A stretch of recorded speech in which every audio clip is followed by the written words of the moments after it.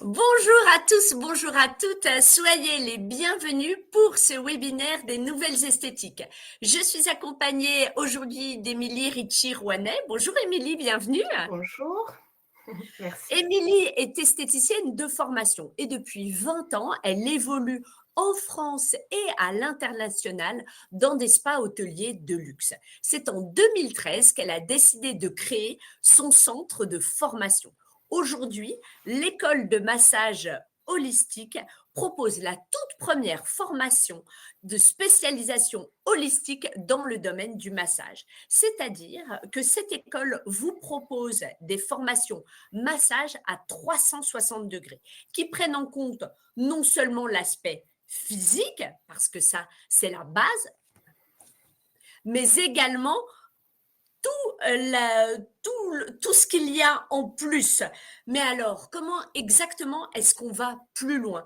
Comment se différencier? C'est ce que va vous expliquer Émilie. Vous pouvez poser toutes vos questions dans le chat. Émilie y répondra tout au long de sa présentation. Émilie, je vous laisse la parole pour nous expliquer comment renforcer l'efficacité de ses soins et fidéliser ses clientes grâce à l'approche holistique et aux rituels saisonniers. Tout d'abord, est-ce que vous pourriez commencer par vous présenter, Émilie? Oui, bien sûr. Écoutez, déjà, merci à vous de me permettre de faire cette petite présentation aujourd'hui. Je suis très fière de participer avec les nouvelles esthétiques que je suis depuis de nombreuses années, étant esthéticienne à la base. Donc, effectivement, je suis esthéticienne de formation, donc ça fait déjà 20 ans. J'ai évolué très vite dans le milieu du spa hôtelier. Puisque c'était une voie qui m'a plus parlé à mes débuts. En tout cas, j'avais envie de travailler plus dans le bien-être un peu plus global, mais toujours avec ma passion du visage, le visage en esthétique. Et effectivement, j'ai évolué dans des spas hôteliers pendant très longtemps, ce qui m'a permis aussi d'être vraiment très, très bien formée avec différentes méthodes d'enseignement, puisque c'était en France et à l'étranger. Donc, d'avoir déjà une vision globale du bien-être. Voilà. Pour ma petite présentation. Et effectivement, j'ai créé mon école il y a aujourd'hui 12 ans. C'est une école qui s'appelait Éthique Massage jusqu'en 2020. Donc voilà, je faisais des formations massage dites classiques, californiennes, suédois, etc. Et en 2020, voilà, j'ai eu un tournant. J'avais envie d'assumer mon penchant vers les soins holistiques énergétiques. Et du coup, j'ai souhaité changer le nom de mon école par École de massage holistique pour présenter aussi des formations que j'avais travaillées, des méthodes de soins que j'avais expérimentées depuis plusieurs années. Voilà. D'accord. Donc du coup, pour aller un petit peu, voilà, je suis contente de partager tout ça avec vous aujourd'hui en tout cas. Je m'excuse parce que j'ai une petite extinction de voix, donc j'espère ne pas être trop gênée. Donc du coup, pour faire une petite présentation de l'holistique, alors je ne sais pas si parmi vous, il y a déjà des esthéticiennes ou des praticiennes en massage qui sont déjà dans cette voie. En tout cas, mon objectif, c'est d'ouvrir justement les portes vers cette voie. C'est quelque chose dont on parle beaucoup aujourd'hui et je trouvais que c'était important de recadrer un petit peu les choses parce qu'on peut aller dans tous les sens, particulièrement dans cet univers. Alors Voilà. justement, comment faire la différence entre l'holistique et l'énergétique? Parce que la Oui. cliente, bon, peut-être qu'elle ne fait pas vraiment la différence, mais finalement, en préparant ce webinaire, vous m'avez dit bah, que l'esthéticienne non plus. Alors, effectivement, oui, parce que nous, on voit des élèves, évidemment, tous les jours. Et donc, parfois, le message, en fait, n'est pas si clair. Il y a quand même beaucoup de personnes qui assimilent l'énergétique à l'holistique. Voilà. C'est un terme, quand même, l'holistique, qui est très, très ancien. Donc, il ne faut pas oublier que ce n'est pas juste un effet de mode et d'où mon intervention aujourd'hui, parce qu'effectivement, on en parle beaucoup. Moi, c'est quelque chose que je porte depuis très longtemps et qui pour moi est en fait la base. Mais effectivement, comme il y a un effet de mode, on voit un petit peu des choses naître un peu partout. Donc l'idée, c'est de faire déjà la différence entre l'holistique et l'énergétique. Alors, vous pouvez le voir sur l'image. Donc déjà, l'holistique, c'est la prise en charge de l'humain dans sa globalité. Comme vous le disiez au début, Laure, on n'est pas juste sur une technique de massage à appliquer sur un corps, sur un muscle, sur la peau. Donc ça, c'est le niveau physique. Mais en fait, l'humain, on est tous faits avec nos émotions, notre mental qui prend le dessus.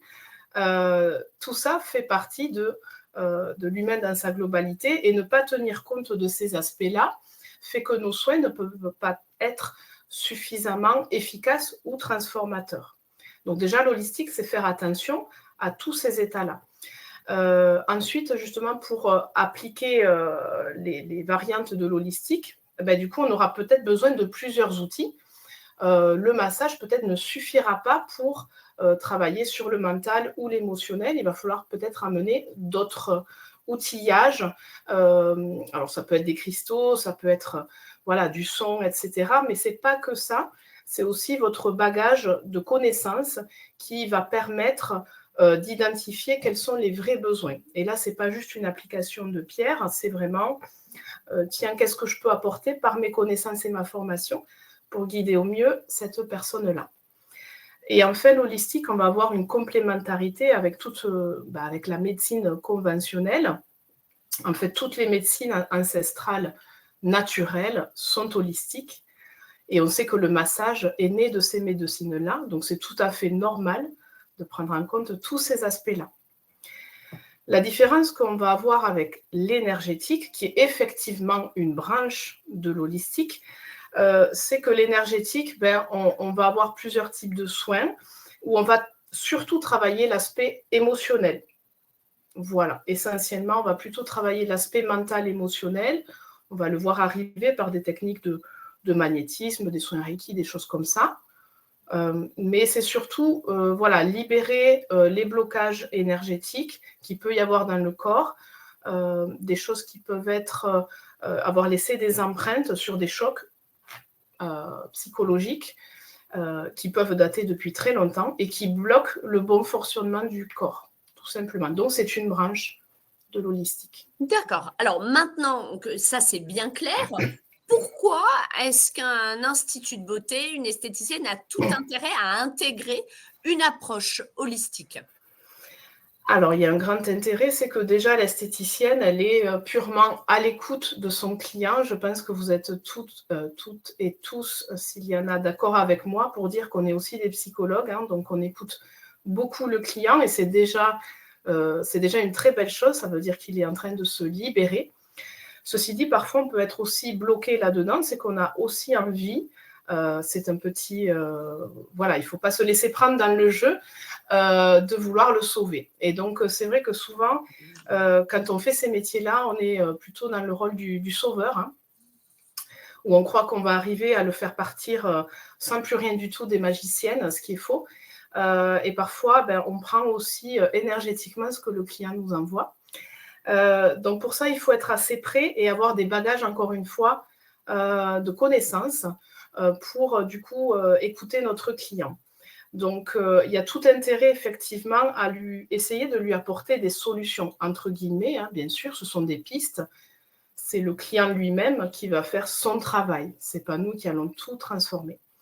Donc, pourquoi intégrer une approche holistique ? Déjà, effectivement, un client qui est écouté et dirigé professionnellement, c'est un client qui sera fidèle parce qu'il aura confiance en vous. Il va reconnaître le talent, le professionnalisme, et il va aussi parler plus autour de lui de cette personne-là qui l'a guidé, qui l'a fait vivre un moment transformateur. Donc ça, très honnêtement, c'est grosse fidélisation de la clientèle. Deuxième raison, c'est qu'il existe beaucoup de soins aujourd'hui. Dans l'esthétique, nous avons la chance d'avoir différentes palettes d'actions. Le soin, la manucurie, le maquillage, etc. Mais le fait d'aller sur l'holistique vous permettra aussi de vous différencier de vos concurrents. Alors, bien que ce soit un mot que je n'aime pas beaucoup, la concurrence, c'est vraiment juste pour dire se différencier des personnes qu'il y a autour de vous, c'est faire valoir votre identité dans votre travail. Voilà, donc c'est se positionner avec nos connaissances en tant qu'experte dans le bien-être holistique, dans un marché, il faut le dire, qui est quand même très concurrentiel. Et enfin, l'intégration de l'holistique permettra aussi de justifier certains tarifs parce que vous allez amener des soins qui vont aller au-delà d'une pratique de massage ou de soins du visage, c'est que vous allez proposer un accompagnement. Et moi, ce que je cherche vraiment à diffuser dans mes formations, c'est le statut d'accompagnant, qui est quand même autre chose. C'est-à-dire que j'ai assez de bagages pour pouvoir dire, tiens, on va proposer ça, ça, ça et ça. Donc ça, notamment, on va l'amener, nous, dans nos soins saisonniers, particulièrement, mais aussi dans notre parcours de facialiste holistique, où il y a énormément de compétences qui sont amenées et qui permettent de justifier le tarif. D'accord. Alors justement, comment est-ce qu'on élève son expertise, ses connaissances dans l'holistique? Alors, comment on élève? Déjà, c'est apprendre. Il faut d'abord apprendre. Il faut d'abord avoir envie. Il faut porter le message. Donc, une personne qui vient en formation, alors ce qui est rare chez nous, mais qui n'est pas convaincue de l'efficacité de l'holistique ou qui ne porte pas le message n'ira pas très très loin. Donc déjà, il faut être conscient qu'on a... voilà, c'est nous qui transmettons. Donc si vous ne vibrez pas le message, vous ne pourrez pas bien le transmettre. Donc, pour commencer par le visage, parce qu'on a essentiellement des esthéticiennes avec nous aujourd'hui, le facialisme, on en parle beaucoup parce que quand même c'est la grosse tendance du moment et c'est pas qu'une tendance, c'est quelque chose qui va perdurer longtemps parce qu'il y a une vraie efficacité, il y a un vrai besoin aussi. Moi, par exemple, quand j'ai lancé l'école, voilà, j'ai toujours été attirée par la beauté holistique et on a assez vite mis en place un parcours de beauté holistique. C'est-à-dire, c'était déjà il y a une quinzaine d'années, amener l'esthéticienne sur autre chose, sur des outils plus ou moins thérapeutiques, entre guillemets, attention, hein, c'est des outils tels que les ventouses ou les ridoki qui sont utilisés en médecine traditionnelle chinoise, qu'on connaît bien aujourd'hui, mais il y a une quinzaine d'années, on ne les pratiquait, enfin, on ne les utilisait pas tant que ça. Ça peut être des soins par les plantes aussi, les huiles essentielles. Du coup, ce parcours a utilisé le terme facialiste aujourd'hui parce que c'est un mot qui est arrivé il y a 4-5 ans et qui, pour moi, était mon parcours beauté holistique. Donc là, clairement, dans ce parcours-là, au-delà du massage, hein, parce que quand même, il faut évidemment énormément de technicité et de techniques différentes pour correspondre à tous les visages, tous les besoins, au-delà des massages que l'on connaît, tels que les massages inspirés Kobido, les massages aux ventouses, etc. On va mener une approche, par exemple, autour de la naturobeauté. Donc déjà, on va enrayer sur tout ce qui est naturopathie, alimentation, gestion des émotions, lecture des visages, voilà, pour avoir une meilleure compréhension de ces visages. On va avoir des compétences autour de la ridologie, donc qui est vraiment très très complète et qui amène les connaissances de la ride au niveau neurosensoriel. Et enfin, qui va arriver aussi sur la ride au niveau énergétique, dans le sens travail sur les méridiens énergétiques qui traversent le visage et qui vont permettre, par exemple pour le sillon nasogénien, une des explications qu'on peut avoir, puisqu'il y en a une multitude. Mais voilà, on a des points qui sont reliés au gros intestin sur cette zone-là et que peut-être la cliente voilà, va faire un lien elle-même avec ces points-là. Donc le but, c'est de vous apporter une multitude de connaissances autour de la médecine chinoise adaptée à l'esthétique, naturopathie adaptée à l'esthétique, dans ce parcours-là, ce qui fait qu'effectivement, vous êtes vraiment une experte à la fin, puisque vous avez tous ces cordes à votre arc. D'accord.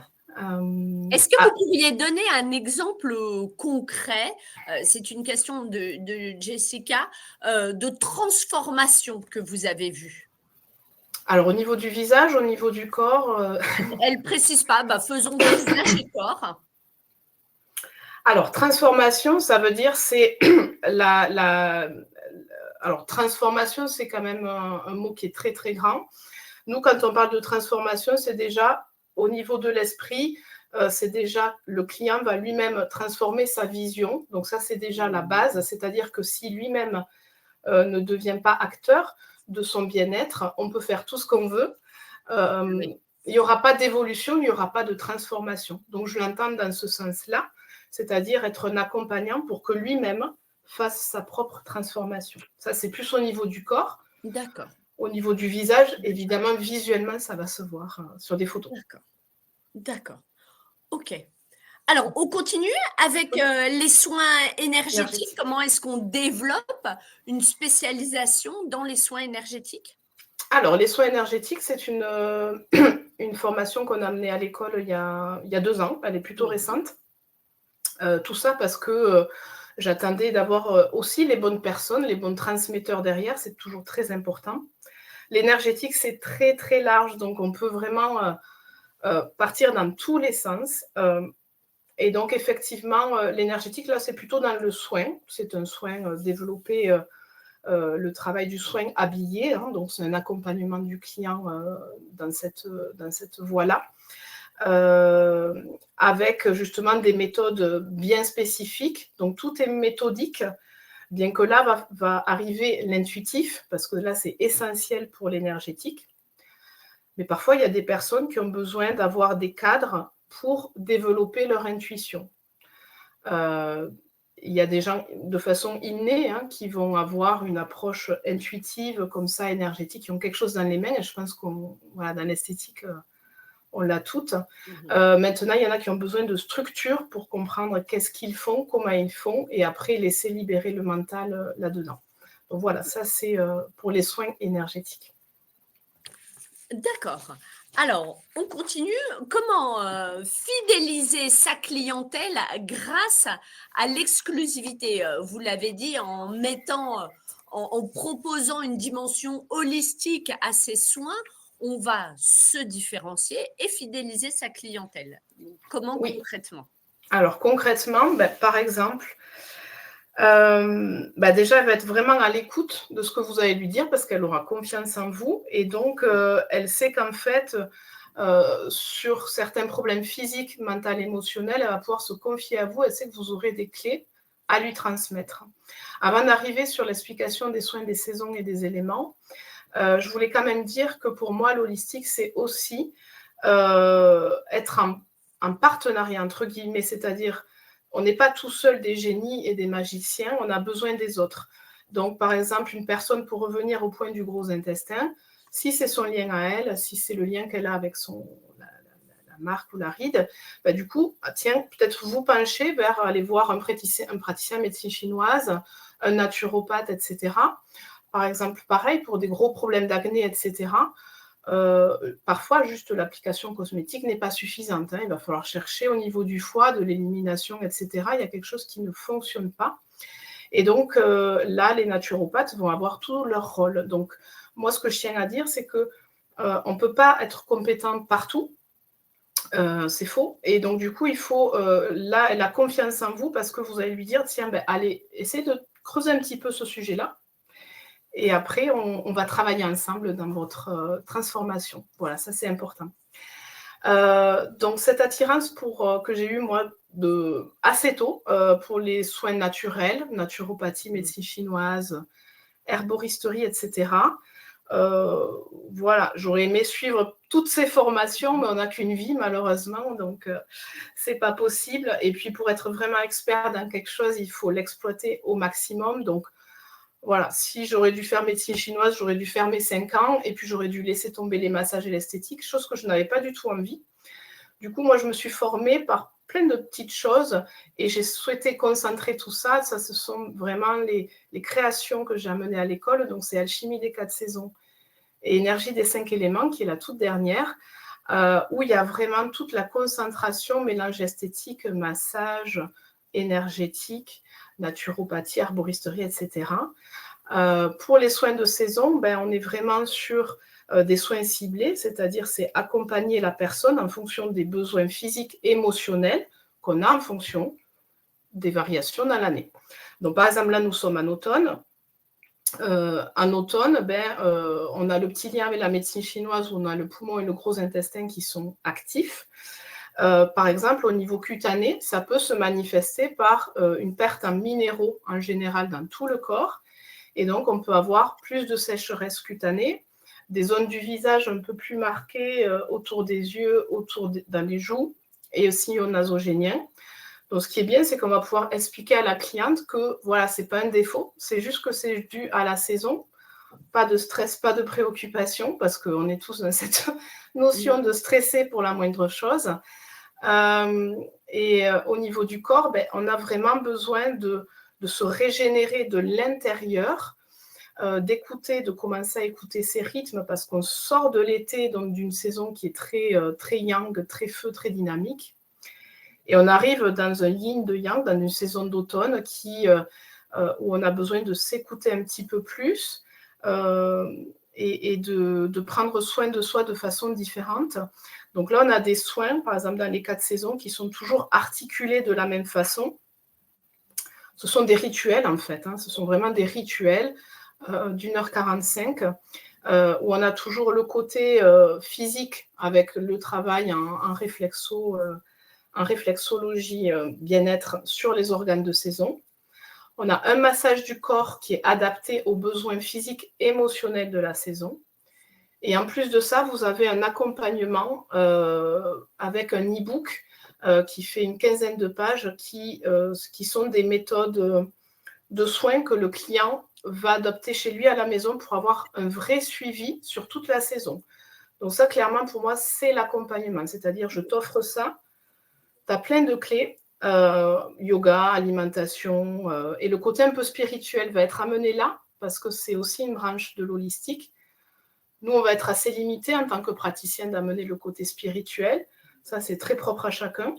Par contre, dans ces guides sacrés, j'appelle ça des guides sacrés, vous avez le lien vers le spirituel aussi. Et donc, du coup, ça permet au client d'être acteur de son bien-être. Enfin, pour les 5 éléments, c'est un petit peu différent, mais c'est vrai que on peut faire la liaison, mais ça reste différent. Là, on est clairement sur des massages qui vont être associés à du développement personnel. Voilà. Donc, clairement, sur l'élémentaire qui est lancé là au mois de novembre, on va accompagner les personnes, on va faire le lien avec l'élémentaire et accompagner des personnes dans leur ancrage, dans le lâcher du mental, etc., par du massage, parce que amener l'holistique, c'est bien, mais l'amener de façon concrète et plus perceptible pour le client par le massage, ça, il comprend, il est OK. Maintenant, je n'irai pas tout de suite lui amener des éléments qu'il ne comprend pas. Il faut s'adapter à tout le monde et faire du sur-mesure.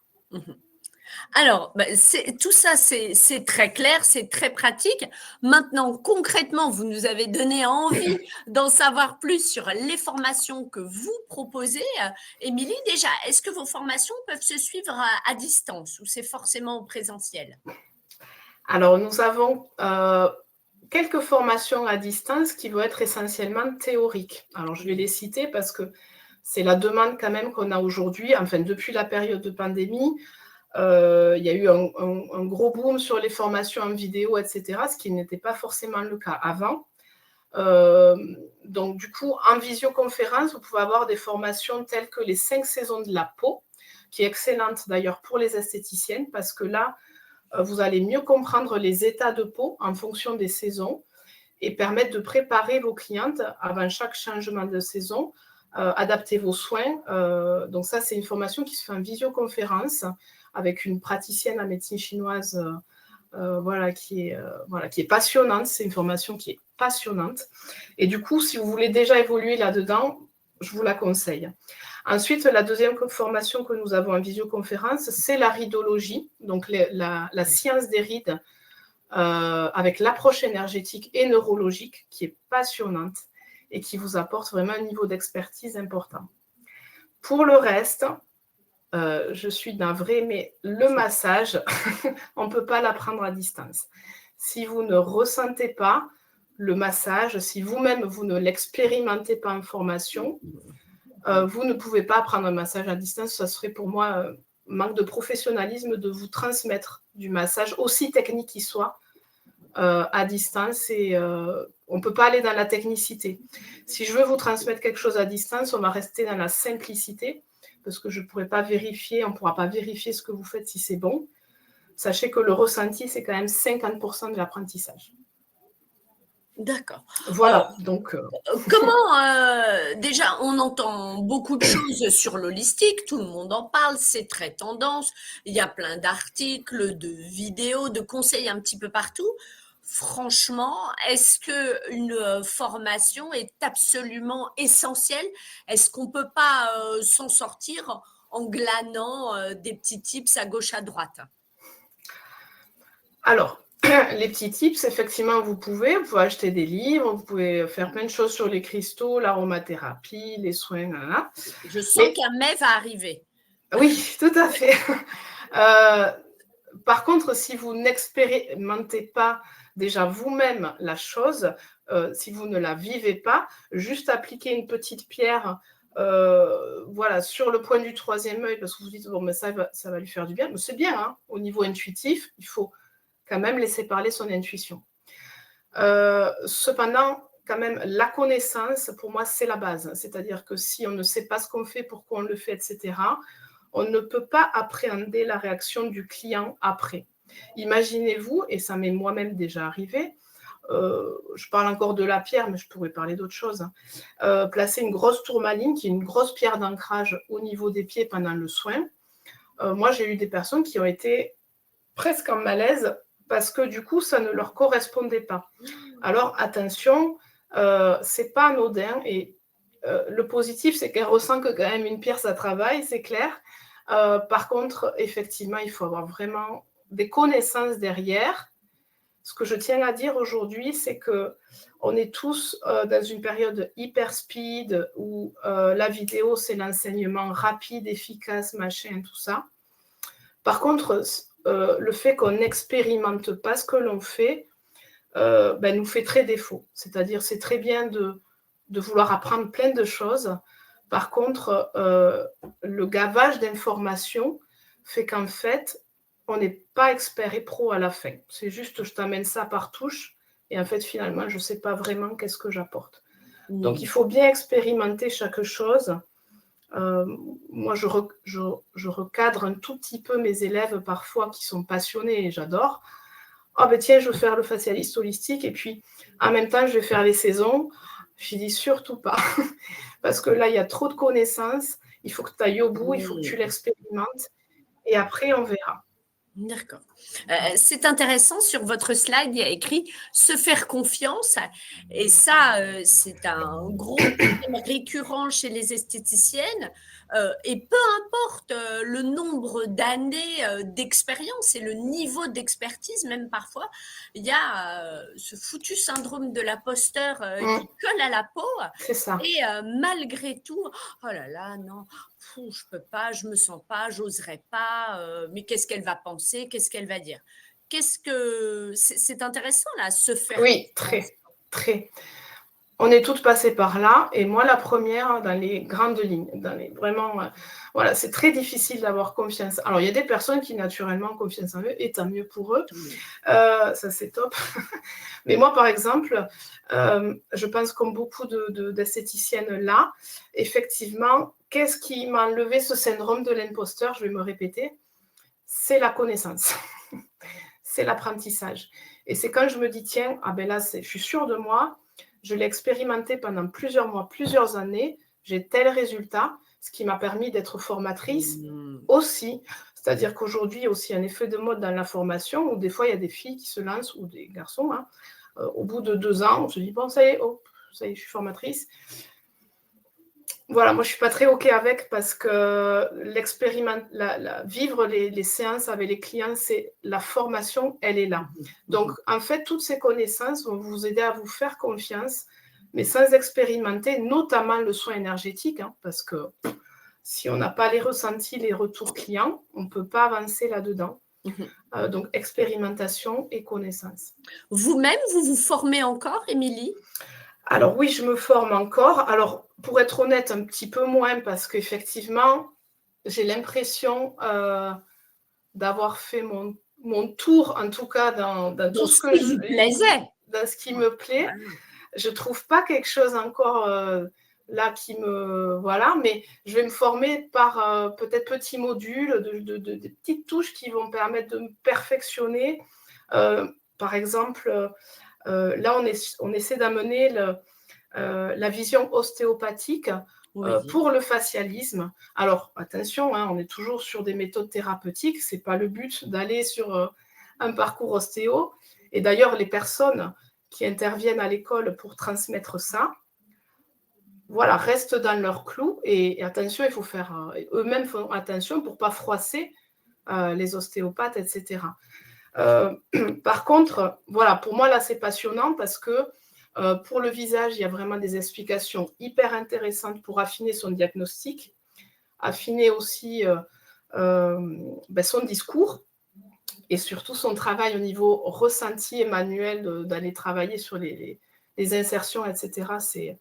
C'est passionnant, donc c'est sur quoi là je suis branchée en ce moment. D'accord. Donc, même vous, plus de 20 ans d'expérience, à l'origine d'un gros centre de formation qui fonctionne très bien, vous continuez à vous former. Donc là, on comprend. Et ça a été la clé de la confiance.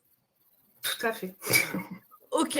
Donc, par quoi est-ce qu'on commence au regard de tout ce qu'on a dit, de tout ce que vous nous avez appris et fait découvrir sur cette dimension holistique?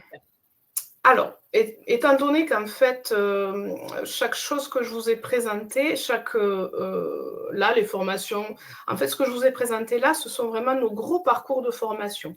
Donc, ce sont des parcours voilà, de plusieurs formations pour arriver à une expertise, justement. Il y a des modules qui sont justement faisables à la carte, donc ça, c'est tout à fait possible. La première chose, c'est d'être attiré, ça, il n'y a pas de... Je ne peux pas vous dire autre chose, c'est-à-dire qu'il y en a une qui va se tourner vers le saisonnier, il y en a une qui va se tourner vers l'énergétique, et il y en a une qui va dire, tiens, alors moi, le facialisme, j'adore ça. Donc voilà, ça déjà, c'est la passion, c'est l'intérêt, c'est la première chose, c'est ce qui va faire que vous allez bosser derrière. Après, moi, je suis très à l'écoute des personnes, donc on peut échanger, il y a un numéro de téléphone là, il y a notre site également. Vous pouvez aller regarder tout ce que l'on fait, prendre un rendez-vous téléphonique si vous avez besoin d'être dirigé, pour que je vois, en fonction de ce que vous allez me dire, sur quoi je vais vous amener.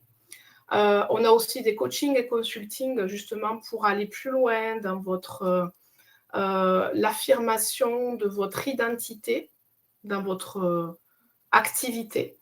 Donc, dévoiler qui vous êtes, pourquoi vous le faites, etc., avec vos choses à vous. Donc, on est vraiment dans du sur-mesure, quasiment dans toutes les formations. D'accord. Et encore plus dans ces consultings. Voilà. D'accord. Ok. Donc, on l'a bien compris, il faut la formation est obligatoire pour pas faire n'importe quoi. L'exemple concret que vous nous Surtout avez dans l'holistique. dit, Surtout dans voilà, l'holistique. Ouais. est assez puis pas pour passer pour un Un charlatan. charlatan. Voilà, ça c'est très bien. Est-ce que vous pourriez nous donner là, allez, comme ça, un exemple de soins de saison original? Là, on est en plein dedans. Oui, alors j'en ai parlé un petit peu tout à l'heure avec l'automne, justement. Ouais. Bon, là, c'était plus une explication Allez, on de ce prépare qu'on pour faisait. préparer l'hiver. Pour préparer l'hiver, donc là, avec les méthodes que vous avez, sans aller sur nous, notre soin équinoxe d'automne, déjà, par exemple, clairement, l'Abhyanga, si vous connaissez, c'est un massage ayurvédique. Il faut aller sur des massages qui sont dynamisants pour le corps, parce qu'en fait, il faut activer les fluides et la circulation sanguine, lymphatique. Tout ça va permettre au corps de se régénérer, et on en a absolument besoin pour préserver notre immunité pendant l'hiver. Donc ça, si j'ai déjà un conseil à vous amener, c'est des massages un peu plus dynamiques. Celles qui n'ont pas l'Abhyanga, vous pouvez amener d'autres techniques, mais voilà, sur la version accessible, je dirais, ça va être ça. Sur le soin du visage, j'en ai parlé un petit peu aussi. On est voilà, sur des soins qui vont amener de la nutrition, de la reminéralisation au niveau de la peau. Et les soins anti-âge, les filles, c'est surtout en automne qu'il va falloir y axer dessus. surtout sur le travail des sillons parce que c'est les zones réflexes poumons, bronches, etc. On a aussi le haut du front. Et du coup, axé sur voilà, du travail qui peut être fait sur ces zones-là en manœuvre anti-âge et nutrition au niveau cutané. Voilà. D'accord. Merci beaucoup, Émilie, pour tous ces conseils, la richesse de votre parcours, la clarté de votre discours. C'était extrêmement intéressant. Quel est le mot de la fin? Qu'est-ce qu'il faut retenir de votre présentation? Alors, le mot de la fin, c'est que moi, ce que j'ai envie qu'on fasse tous, c'est qu'on soit dans l'évolution, en fait, du praticien de demain. J'aime bien utiliser le terme alchimiste du nouveau bien-être parce qu'en fait, on est tous des alchimistes dans le sens où tous ces soins vont permettre une synergie, une complémentarité. Et le praticien de demain, il suit aussi le client qui a eu une forte transformation après la période de pandémie. Et ça, il faut être à l'écoute de ça. C'est-à-dire que le client, il est OK. En fait, autant avant la pandémie, vous commencez à lui parler de cristaux, de trucs comme ça, il n'était pas fan. Là, aujourd'hui, ils sont conscients qu'en fait, il faut prendre soin de soi de façon régulière, naturelle, si on le peut. Hein, c'est pas, voilà. Mais en tout cas, être plus à l'écoute de soi, de la nature, de l'environnement que nous avons autour de nous. Pour moi, c'est essentiel pour voilà, essayer de préserver aussi cette nature qui est là. Il y a un message qui va loin, hein. Ce n'est pas juste vous transmettre des massages, c'est aussi une vision pour qu'on soit dans l'humain, dans le cœur et dans la réalité. D'accord. Très, très, très intéressant. Merci pour ce message extrêmement intelligent. Donc, vous l'avez compris, si vous souhaitez prendre du plaisir en travaillant, apporter plus de résultats à vos clients et pas uniquement sur le physique, mais être véritablement, comme Émilie vous l'a dit, un accompagnant de leur vie. Quel beau rôle, extraordinaire, hein, pour vous différencier, pour justifier de tarifs plus premium et donc avoir un chiffre d'affaires plus important, tout ça, ça passe par la formation. Ça, c'est la base, c'est le socle absolument indispensable et inévitable, et autant que ce soit avec Émilie. Je vous souhaite une excellente journée. Merci à tous de votre attention. Donc, toute l'équipe d'Émilie va vous contacter suite à ce webinaire que vous pouvez vous revoir. Vous aurez accès au replay. Vous avez toutes les coordonnées sur la slide. Également, pour joindre de vous-même, toute l'équipe d'Émilie est à votre disposition. Émilie vous l'a dit, on vous proposera un parcours réellement sur mesure, comme vous le faites avec vos clients. Merci beaucoup. Bonne journée à tous. Merci beaucoup, Émilie. À bientôt. Merci à vous. Au revoir.